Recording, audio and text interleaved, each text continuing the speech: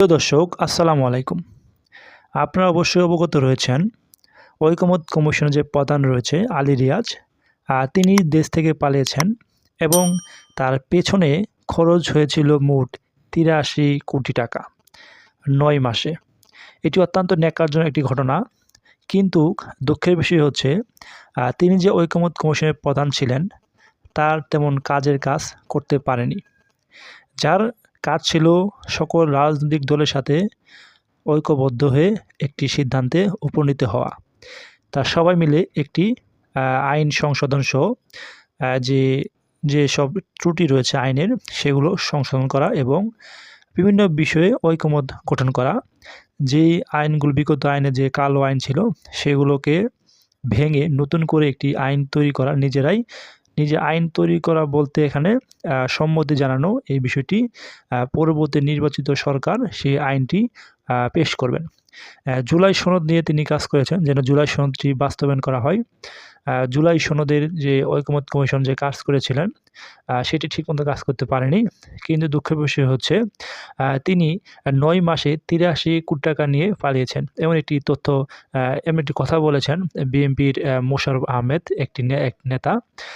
তিনি আরও বলেন, যার কাজ ছিল জনগণের এবং রাজনৈতিক দলগুলোর ঐকমত তৈরি করা, কিন্তু তিনি ব্যর্থ হয়েছেন। বরং তিনি তার আত্মসাৎ করেছেন বিভিন্ন টাকা, বিভিন্ন সুযোগ সুবিধা নিয়েছেন। রাষ্ট্রীয় যে অর্থ রয়েছে তিনি সুযোগ সুবিধা রয়েছে সবগুলো নিয়েছেন। কিন্তু তিনি কাজ করতে পারেনি এমন একটি প্রশ্ন করেছেন বিএনপির নেতা মোশাররফ আহমেদ।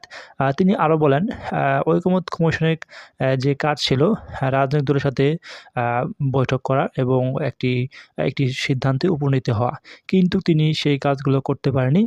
বরং তিনি উল্টো অনেকগুলো দ্বিমতের কাজ করেছেন। তিনি আবার গোলাম মাওলা রনি তিনি একটি মন্তব্য করেছেন, ঐকমত্য কমিশনের যে বৈঠক হয়েছিল সেখানে মারামারি হয়নি, এটি একটি সৌভাগ্য ঐকমত্য কমিশন প্রধানের আলী রিয়াজের। কেননা তিনি আরও একটি মন্তব্য করেন, সেখানে সুন্দর খাওয়া ছিল বিধায় নাকি নেতারা মারামারি করেনি, খাওয়া নিয়েই ব্যস্ত ছিল, এমন একটি মন্তব্য করেছেন গোলাম মাওলা রনি। প্রিয় দর্শক, আপনারা আরও অবগত রয়েছেন যার কাজ ছিল ঐকমত্য তৈরি করা, কিন্তু বিগত সময়ে এই যে 2024 সালের পরে 2025 সাল পর্যন্ত ঐকমত্য কমিশনের যে প্রধান রয়েছেন আলী রিয়াজ, তিনি কিন্তু একটি নিরপেক্ষ এবং একটি সিদ্ধান্তে উপনীত হতে পারেনি।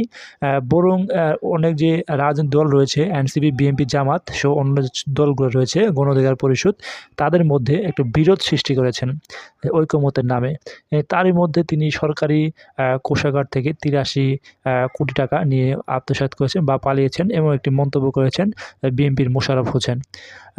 এইভাবে যদি দেশ চলতে থাকে তাহলে একটা সময় মানুষের মনে তীব্র ক্ষোভ জন্মিবে এবং সাধারণ মানুষ হয়তো অনেক সময় বলে উঠবে যে আওয়ামী লীগ সরকার থাকায় এমনটি হয়নি, যা একটি জুলাই অভ্যুত্থানের নামে দেশ থেকে অর্থ পাচারসহ বিভিন্ন ধরনের কাজ করে গেছে।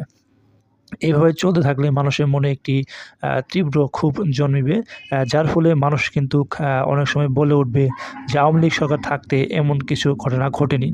তাই প্রিয় দর্শক, এই বিষয়টি অবশ্যই খেয়াল রাখা উচিত যেন দেশের মধ্যে এই অনৈতিক কাজগুলো এবং দুর্নীতি চাঁদাবাজি না হয়, সেই দিকে খেয়াল রাখতে হবে। এবং কি জুলাই যে গণঅভ্যুত্থানের সনদটি রয়েছে সেটিও কিন্তু বাস্তবায়ন করতে হবে, এমনটি কিন্তু জানিয়েছেন।